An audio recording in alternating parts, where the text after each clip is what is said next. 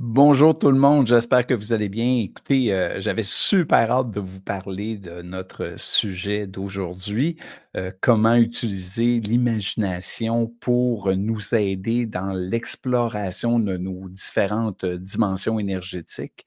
Pour ceux qui me connaissent, si vous le savez, hein, tu sais, moi, je dois vraiment tout à la méditation, là. J'avais mal commencé ma vie, comme on dit, avec j'ai eu un traumatisme en étant enfant, puis ça m'a plongé dans une profonde, dépression enfantine qui a duré jusqu'à l'âge de 11 ans à peu près là et puis, j'étais pratiquement incapable d'apprendre à lire et à écrire là.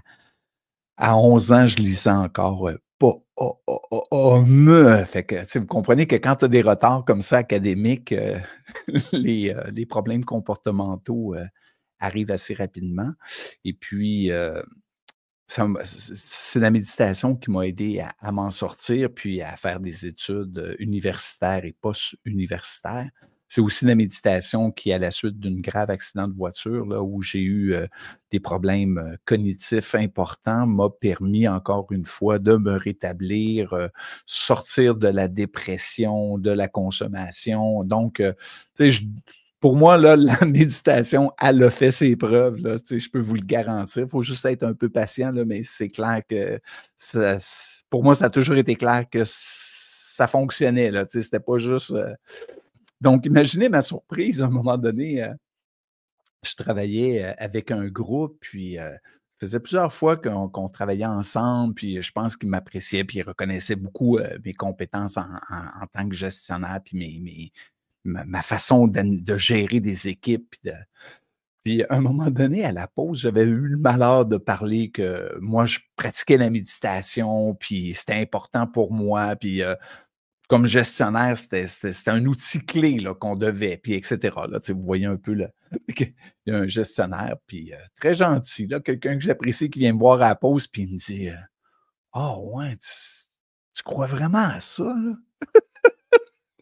Fait que oui, oui, je crois vraiment à ça. Fait que, tu sais, puis, il m'est arrivé un autre dans à peu près la même foulée, à un moment donné, j'étais avec un groupe de médecins, puis, je faisais un travail de réorganisation, là, puis, là, à un moment donné, encore une fois, je parlais des effets, comment c'est important de méditer pour garder notre stabilité émotionnelle, pas t pour, gérer le stress, puis, pas se faire envahir par les émotions, puis et cetera. Et là, un médecin, il me dit: «Ouais, mais le placebo, ton affaire, là». Tu sais, et c'était drôle parce que pour lui, puis tu sais, on va se le dire, là, tu sais, il disait pas d'un ton, amical et pour me mettre en valeur, tu sais, on va le dire comme ça, là. Tu sais, c'était vraiment pour, péjoratif. Pour lui, le fait que c'était placebo. Alors que pour moi, en me disant que c'est placebo, moi, je trouvais ça extraordinaire. Ça veut dire que, hey, on a du pouvoir si c'est placebo. Imaginez-vous, placebo, ça veut dire que c'est mon cerveau qui crée cet état-là. C'est un pouvoir incroyable. D'ailleurs, Albert Einstein, il disait que l'imagination est la clé de la transformation. Donc, ça veut dire que mon cerveau a cette capacité-là. Ce qui m'amène à vous parler des effets de la méditation. Puis souvent, on pense que c'est, comme on dit, c'est juste, parce qu'on y croit, qu'il y a pas vraiment de preuves. Oubliez ça, là. Il y a énormément de recherches qui ont été faites, puis je vais vous en parler. La méditation, c'est une pratique qui nous permet d'entrer en contact avec notre monde intérieur. Juste via la respiration, on va, tourner le regard vers qu'est-ce qui bouge à l'intérieur, prendre contact avec le rythme, hein.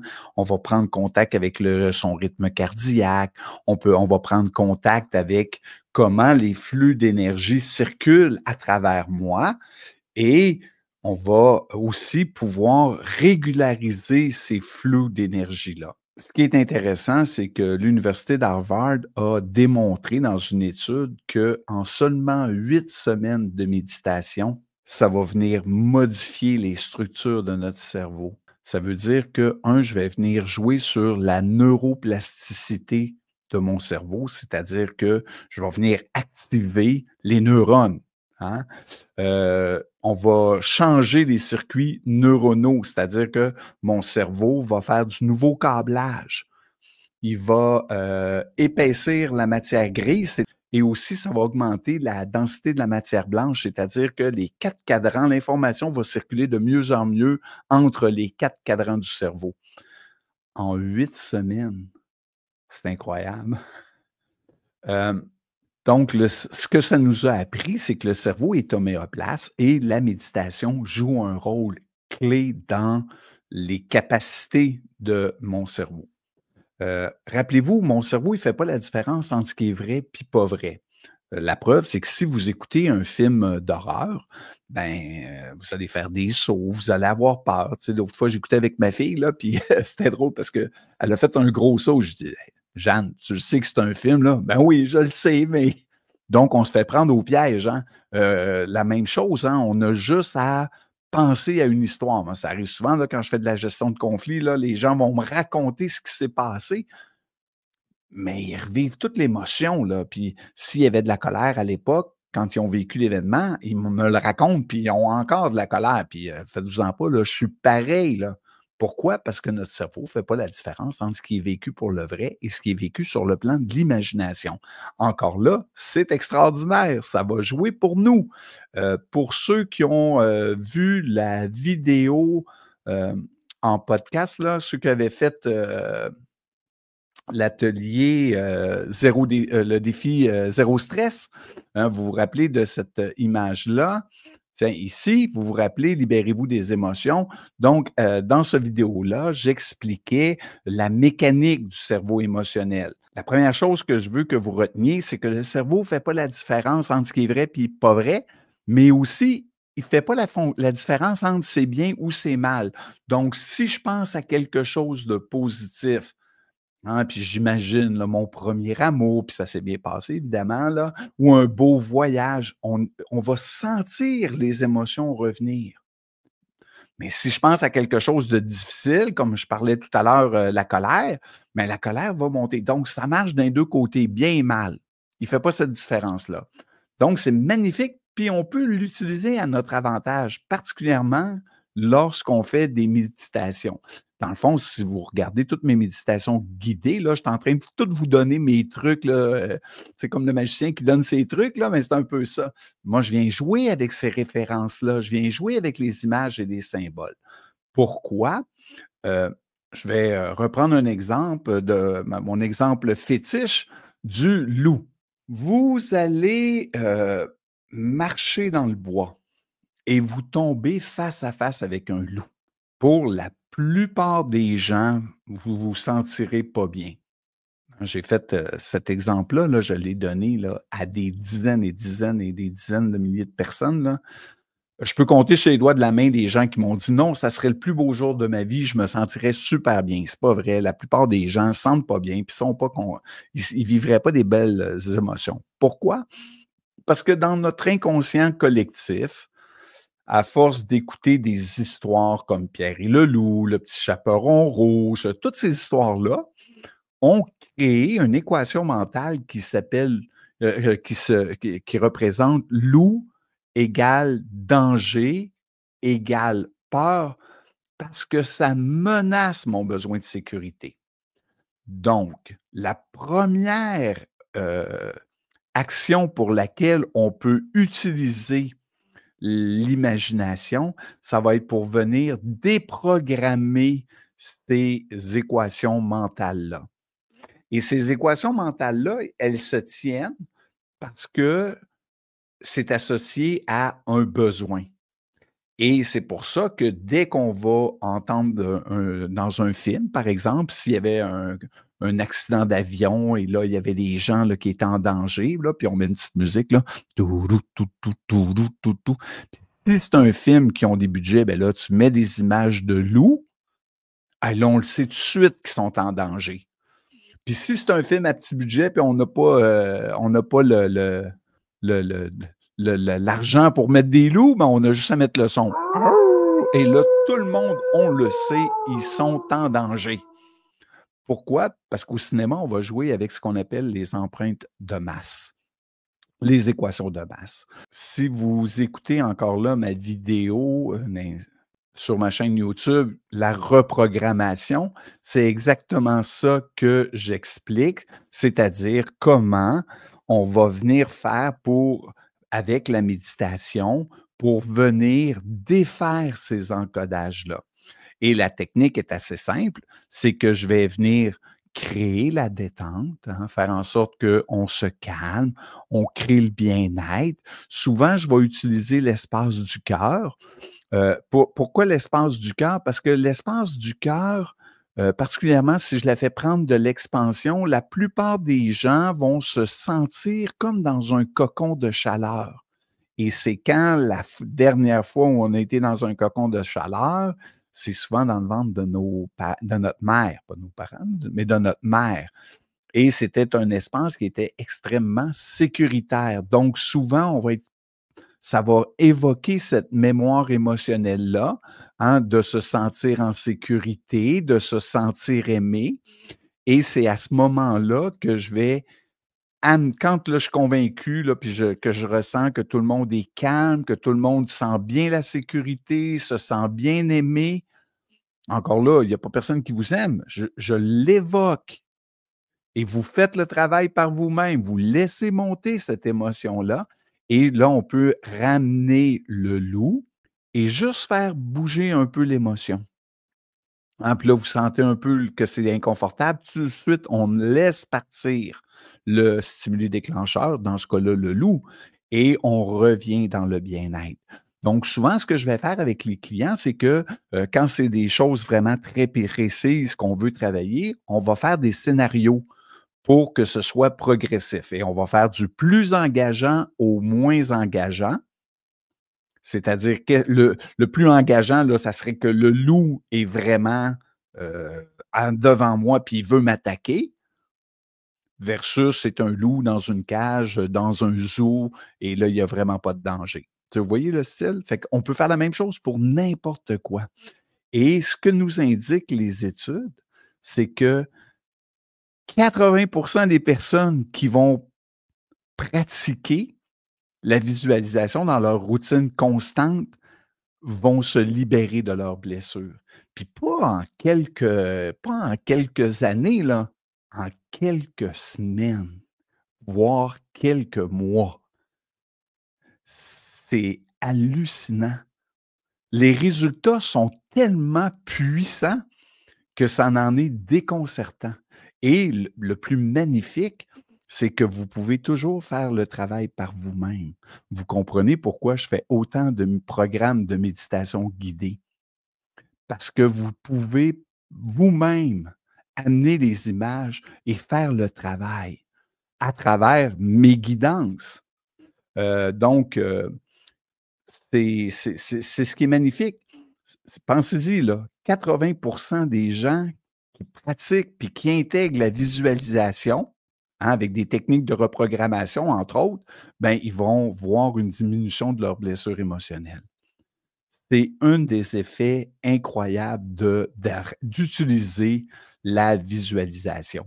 Dans mon cas, la première fois après mon accident que j'ai embarqué dans une voiture, je me suis chicané. Il a fallu qu'il arrête la voiture. J'étais en hyperventilation. Je me suis assis par terre. J'étais en état de panique. Je ne voyais plus rien. Puis je traitais tout le monde de fou parce qu'ils conduisaient comme des fous. Et là, les gens, plus tard, quand j'ai repris mon calme, là, ils m'ont dit c'est parce qu'on allait à 20 km/h. Mais je capotais. J'étais incapable d'entrer dans une voiture. Donc, aujourd'hui, faites-vous-en pas, là, je suis capable de conduire, mastiquer de la gomme, placoter, puis écouter de la musique, puis chanter avec mes enfants. OK? C'est pas parfait. Il y a des fois, quand tu as une voiture qui passe, puis qu'on se croise, là, particulièrement des camions, parce que c'était ça qui était impliqué, j'ai une mini fraction de seconde. Mais c'est rien, puis ça m'empêche pas de vivre. Reprogrammation. Et c'est pas parce que j'en ai parlé, puis c'est pas parce que j'en ai parlé à tout le monde, puis non, on a vraiment fait une technique du plus engageant au moins engageant, et vu que j'étais pas capable d'embarquer dans une voiture, ben ce qu'on a fait, c'est vraiment on s'est concentré à juste utiliser mon imagination et de me revoir en situation de méditation guidée que je me voyais dans mon scénario le moins engageant. Juste pour vous dire que ça se fait, ça existe, on le fait et les résultats sont magnifiques dans la mesure où on le pratique avec discipline. Tiens, on va dire comme ça. La deuxième chose pour laquelle, la deuxième effet que la méditation, particulièrement avec visualisation, est efficace, c'est pour le ressenti. Donc, pour ceux que c'est plus difficile de ressentir. Je ris parce que, tu sais, il y en a beaucoup qui vont se reconnaître, là, parce qu'on a beaucoup d'étudiants qui, au départ, ressentent rien, puis c'est difficile. Pour les gens qui sont plus cérébrales, cartésiens, ils sont pas capables de le voir puis de le toucher, c'est plus difficile. Pour ceux aussi qui ont des blessures, encore une fois, si vous allez écouter là, une infolette qu'on a fait sur les costumes de Lego, là, les personnalités rigides, des blessures de rigides, c'est plus difficile de contacter, puis de se laisser aller, puis d'entrer dans la méditation, puis de commencer à sentir les choses qui sont plus subtiles, hein? L'énergie qui est moins condensée, là. Euh, ben, heureusement, on a encore une fois l'imagination. Et plus on va jouer avec l'imagination, plus ils vont se laisser guider par leur imagination, l'imagination progressivement se transfère en ressenti.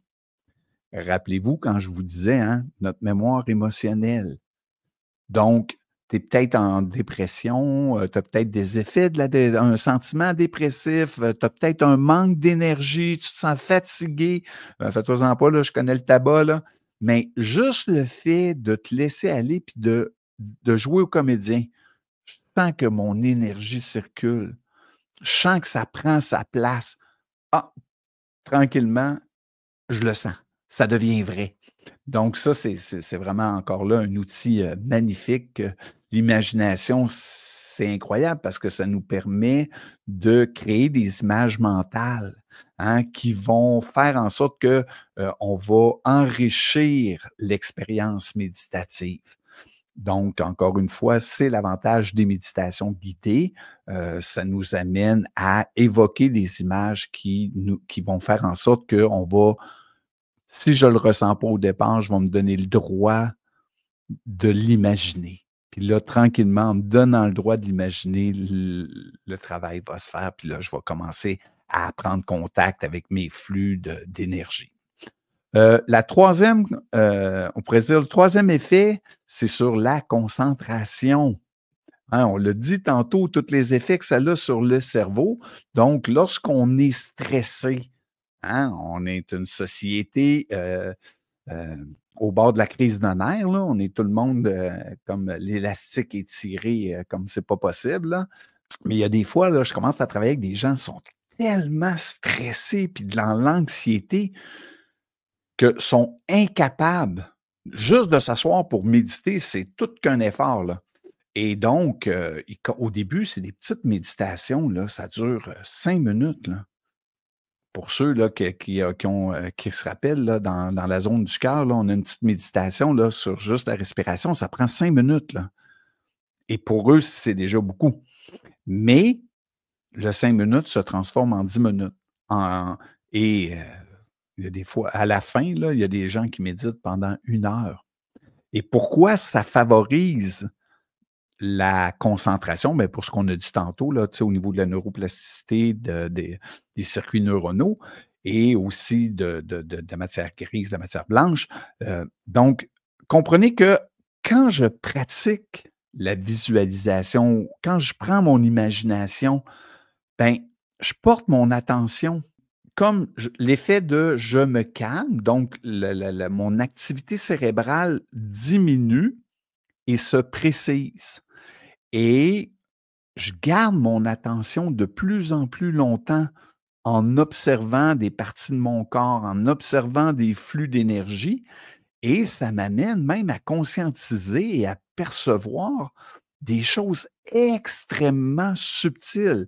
Tu sais, dans Éveil du corps de lumière ou dans Initiation à l'énergie du cœur, entre ce qu'on fait au début et ce qu'on fait à la fin, c'est incroyable comment les gens progressent pour avoir des choses dans l'infiniment subtil. Hein, c'est comme, écouter quelque chose qui est très, très un son qui est très, très léger. Au début, c'est dur, ça demande de la concentration, puis à un moment donné, une fois qu'on l'a capté, on l'entend, puis ça devient de plus en plus facile. À l'inverse, plus j'écoute de la musique fort, moins, je deviens habile à entendre des petits sons. Donc, c'est un peu la même chose. Heu, L'université de Stanford indique que les personnes, OK, qui combinent la méditation et la visualisation rapportent une réduction du stress de l'ordre de 50 en quelques semaines. Rappelez-vous, 4 semaines pour voir les effets. Incroyable, hein? 4 semaines pour voir les effets sur mon stress, mon anxiété, et les émotions envahissantes. Donc, ça en diminuant le stress, automatiquement, ça augmente ma concentration parce que mon cerveau est connecté avec mes pulsations cardiaques. Fait que si j'ai des pulsations cardiaques vite, vite, vite, vite, vite, ben mon cerveau, il y a trop d'électricité. Hein? Donc, voilà. Et on peut, avec la méditation, faire descendre l'énergie dans le corps. Euh, donc, en conclusion, OK, pour ce premier volet-là, je vous avais dit que c'est une infolette spéciale, là. Moi, ce que je vous propose, c'est en conclusion, on va se laisser en se disant que, dans le fond, je peux faire de la reprogrammation avec l'imagination, je peux augmenter mon ressenti et je peux augmenter ma concentration. OK? Donc, ça va amplifier par la bande les bienfaits de la méditation, puis ça va nous ouvrir à toutes sortes de nouvelles expériences de plus en plus riches par rapport à mon corps physique, mais ma circulation énergétique et mes corps énergétiques, les dimensions les plus subtiles. Donc, ce que je vous propose maintenant, on va se dire bonjour pour aujourd'hui et on va se retrouver dans la deuxième partie.